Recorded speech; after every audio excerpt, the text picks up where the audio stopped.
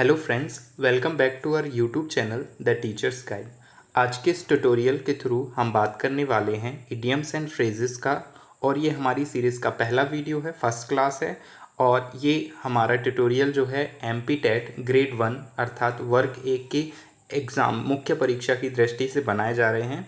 और आपके सिलेबस के अंतर्गत जो वोकेबुलरी पोर्शन है उसमें इडियम्स एंड फ्रेजेस मेंशन किए गए हैं। और इस बार जो वर्ग 2 का एग्ज़ाम हुआ उसमें भी इडियम्स एंड फ्रेजेस काफ़ी रिपीट किए गए। तो इस मायने में ये टॉपिक हमारे लिए काफ़ी महत्वपूर्ण हो जाता है। तो इसी को ध्यान में रखते हुए हम ये सीरीज़ स्टार्ट कर रहे हैं। तो आज के इस फर्स्ट ट्यूटोरियल में हम 10 इडियम्स एंड फ्रेजेस को डिस्कस करेंगे। तो शुरू करते हैं। We are going to discuss these things. सबसे पहले हम इडियम्स एंड फ्रेजेस के मीनिंग को समझेंगे, फिर कुछ इंपॉर्टेंट इडियम्स एंड फ्रेजेस की बात करेंगे और उनको सेंटेंसेस में यूज़ करके देखेंगे। साथ ही वो तरीका आपको बताऊंगा जिससे आप उन चीज़ों को ज़्यादा समय तक ध्यान रख सकते हैं। और डेली हम 10 इडियम्स एंड फ्रेजेस को डिस्कस करेंगे ताकि आपकी वोकेबुलरी एग्ज़ाम आने तक काफ़ी स्ट्रॉन्ग हो जाए। तो ये हमारा एक छोटा सा स्ट्रेटजी रहेगा। तो चलिए डिस्कस करते हैं हम idioms and phrases. So idiom is a group of words. Idiom जो होता है वो वर्ड्स का ग्रुप होता है whose meaning is different from the meaning of individual word, जिसका अर्थ जो होता है लाक्षणिक होता है। कहने का तात्पर्य ये है कि जो इडियम्स में लिखा हुआ शब्द है वो अर्थ नहीं होता, उसका अर्थ कुछ अलग होता है, हटके होता है। Idioms are often full sentence. जो इडियम्स होते हैं वो अपने आप में कंप्लीट सेंटेंस होते हैं, फुल सेंटेंस होते हैं। जबकि फ्रेज जो होता है इससे डिफरेंट होता है। फ्रेज कैसे डिफरेंट होता है? A phrase how ever is a group of words without a finite verb. जबकि फ्रेज एक ऐसा ग्रुप ऑफ वर्ड होता है जिसमें कोई फाइनाइट वर्ब नहीं होती है। फाइनाइट वर्ब हम उसको बोलते हैं जो टेंस के साथ, समय के साथ चेंज होती है, उसको हम फाइनाइट वर्ब बोलते हैं। तो एक फ्रेज के अंतर्गत फाइनाइट वर्ब नहीं होती है, जबकि इडियम में फाइनाइट वर्ब हो सकती है। And phrase is used as a grammatical unit in a sentence. Phrase जो होता है एक सेंटेंस के अंदर इस्तेमाल किया जाता है, जबकि इडियम अपने आप में कंप्लीट होता है, कंप्लीट सेंटेंस होता है। ये एक छोटा सा डिफरेंस है कि इडियम्स अपने आप में फुल सेंटेंस होता है, जबकि फ्रेज जो होता है एक सेंटेंस के अंदर इस्तेमाल किया जाने वाला ग्रुप ऑफ वर्ड होता है। तो यहाँ पर कुछ एग्जाम्पल्स हैं जिनके थ्रू हम समझेंगे और साथ ही साथ हम डेली इसी तरह से इडियम्स एंड फ्रेजेस को डिस्कस करेंगे। तो एग्ज़ाम आने तक आपको काफ़ी सारे इडियम्स आने लगेंगे। तो चलिए शुरू करते हैं। हमारा जो फर्स्ट इडियम है आज का, फ्रेज़ है, वो है, यहाँ पर फ्रेज़ का नाम दिया है, नीचे उसका मीनिंग, एंड देन हम उसी फ्रेज़ को सेंटेंस में यूज़ करके देखेंगे। तो इस तरह से हम पढ़ेंगे। अ fly in the ointment. Fly in the ointment, ointment मतलब होता है enjoyment. A fly in the ointment का मतलब होता है समवन हु स्पॉइल्स एन्जॉयमेंट। तो एक ऐसा व्यक्ति जो किसी एन्जॉयमेंट को, अच्छे खासे जश्न में क्या बन जाए, बाधा बन जाए, उसको स्पॉइल कर दे, वो पर्सन को अपन क्या बोलेंगे? अ फ्लाई इन द ऑइंटमेंट। तो फ्रेज हमारा क्या है? अ fly in the ointment.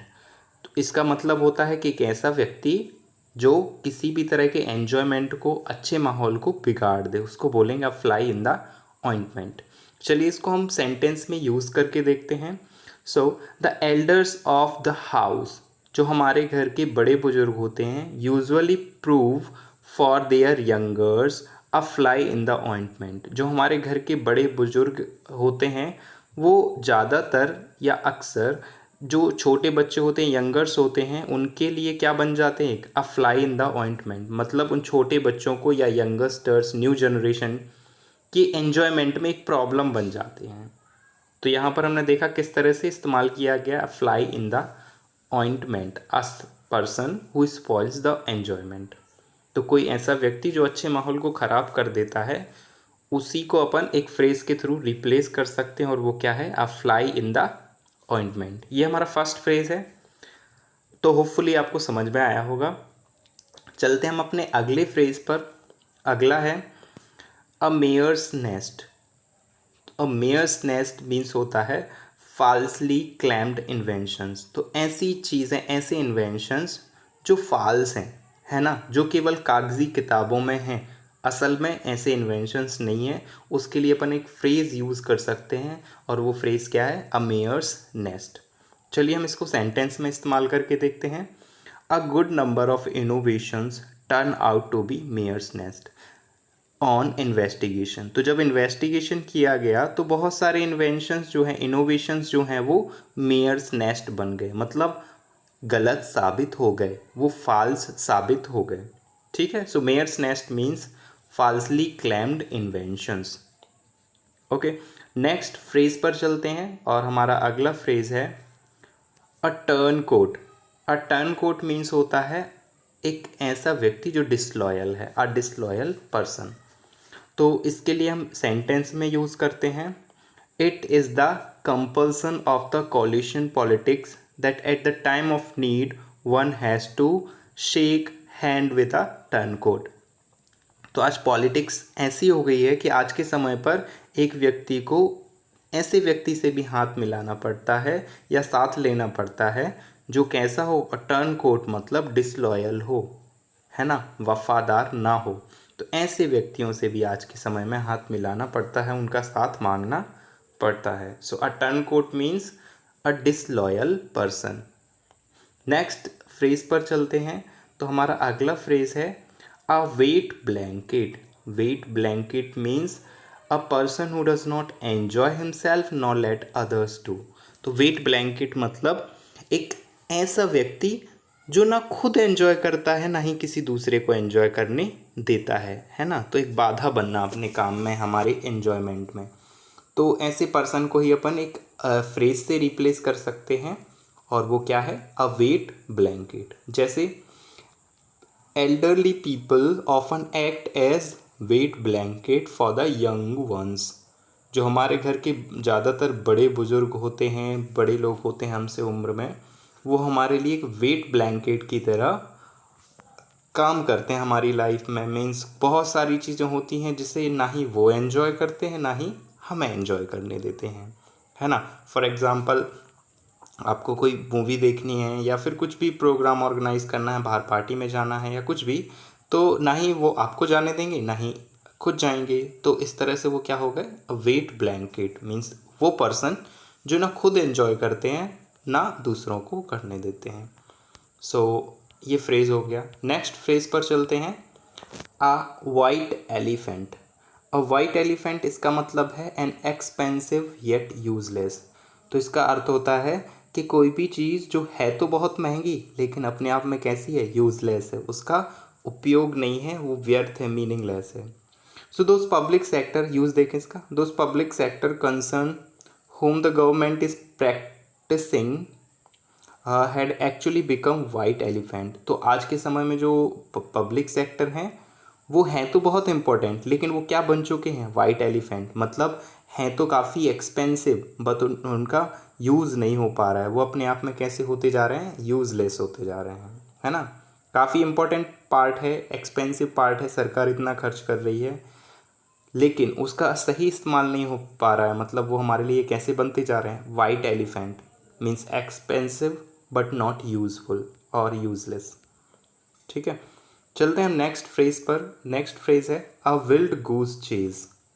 A wild goose chase इसका मतलब होता है अ फ्रूटलेस अटेम्प्ट। मतलब ऐसा अटेम्प्ट जिसका कोई अर्थ ना निकले या कहना चाहिए अच्छा परिणाम ना मिले। To try a dissuade the terrorist from the path of violence is a wild goose chase. To try dissuade the terrorist from the path of violence. तो कहने का मतलब है कि एक टेररिस्ट को वायलेंस के थ्रू रोकना अपने आप में क्या है, एक फ्रूटलेस अटेम्प्ट है, एक विल्ड गूस चेज साबित हो जाता है। ठीक है ना। नेक्स्ट फ्रेज पर हम बात करें यदि, तो नेक्स्ट फ्रेज है an apple of discord. Apple पर बहुत सारे क्वेश्चंस आते हैं, खासकर एप्पल ऑफ बिलोविड। सो यहाँ पर एप्पल ऑफ डिस्कॉर्ड इसका मतलब होता है अ कॉज ऑफ क्वेरल। कोई लड़ाई की या झगड़े की कोई वजह, उसको अपन क्या बोल सकते हैं, apple of discord. So Kashmir has been an apple of discord between India and Pakistan.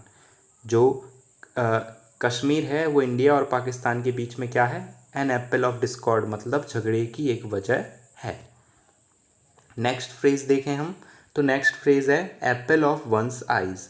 एक Apple of one size means होता है बहुत ज़्यादा प्रिय होना, जैसे हिंदी में होता है ना आँख का तारा, वही एप्पल ऑफ वन साइज़, तो बहुत ज़्यादा प्रिय होना। For example, for every mother her son is apple of her eyes. हर माँ के लिए उसका लड़का क्या होता है? Like apple of her eyes, उसकी आँख का तारा होता है। हिंदी में भी इस तरह के मुहावरे आपने सुने होंगे। जब भी आपको इस तरह का क्वेश्चन आता है तो माँ का रिलेशन आपको लड़के से जोड़ना है और पिताजी का रिलेशन लड़की से जोड़ना है, ये आपको ध्यान रखना है, ठीक है। ये तुक्का लगाने का एक तरीका। 9th जो फ्रेज़ है वो है Apple pie order. Apple pie order means होता है कंप्लीटली अरेंज्ड और व्यवस्थित होना, है ना। तो इसको यूज़ करके देखें। To her surprise the mother found the house on her return in apple pie order. तो माँ जब घर लौटी तो उन्होंने पाया कि हाउस कैसा है? एप्पल पाई ऑर्डर में है। So apple pie order means completely arranged, है ना, प्रॉपर व्यवस्थित, उसको अपन बोलेंगे एप्पल पाई ऑर्डर। जब माँ लौटी तो हाउस कैसा था? एप्पल पाई ऑर्डर में था, मतलब कंप्लीटली व्यवस्थित था। चलते हैं नेक्स्ट फ्रेज पर। तो हमारा नेक्स्ट फ्रेज है 10th एंड लास्ट इस ट्यूटोरियल का 10th फ्रेज है आर्ग्यूज आइड। आर्ग्यूज आइड पर्सन मतलब होता है जेलस पर्सन, एक ऐसा व्यक्ति जो जिसमें ईर्ष्या होती है, उसको बोलते हैं आर्ग्यूज आइड। सो यहाँ पर सेंटेंस में यूज़ है beware of your Argus eyed friend. आपका जो आर्ग्यूज आइड फ्रेंड है मतलब जेलस फ्रेंड है, आप उससे क्या रहें? बी वेयर ऑफ, मतलब उससे सावधान रहें। तो ये क्या है? इसका यूज़ है। तो ये फ्रेजेस जो हैं कुछ हमने फ्रेजेस को डिस्कस किया, होपफुली आपके लिए इम्पोर्टेंट होंगे और समझ आए होंगे। तो ये हमारे ट्यूटोरियल का लास्ट फ्रेज़ था। इसी तरह के नेक्स्ट ट्यूटोरियल में हम इसी तरह के फ्रेजेस को डिस्कस करेंगे और धीरे धीरे हमारे पास एक वास्ट बहुत सारे फ्रेजेस होंगे जो हमारे एग्ज़ाम में हमें बहुत हेल्प करेंगे। सो मिलते हैं एक नेक्स्ट वीडियो में नए कंटेंट के साथ। तब तक के लिए आप सभी का धन्यवाद। चैनल को सब्सक्राइब करें और यदि वीडियो अच्छा लगा हो तो इसको लाइक करें और अपने फ्रेंड्स के साथ शेयर करना ना भूलें। Thank you.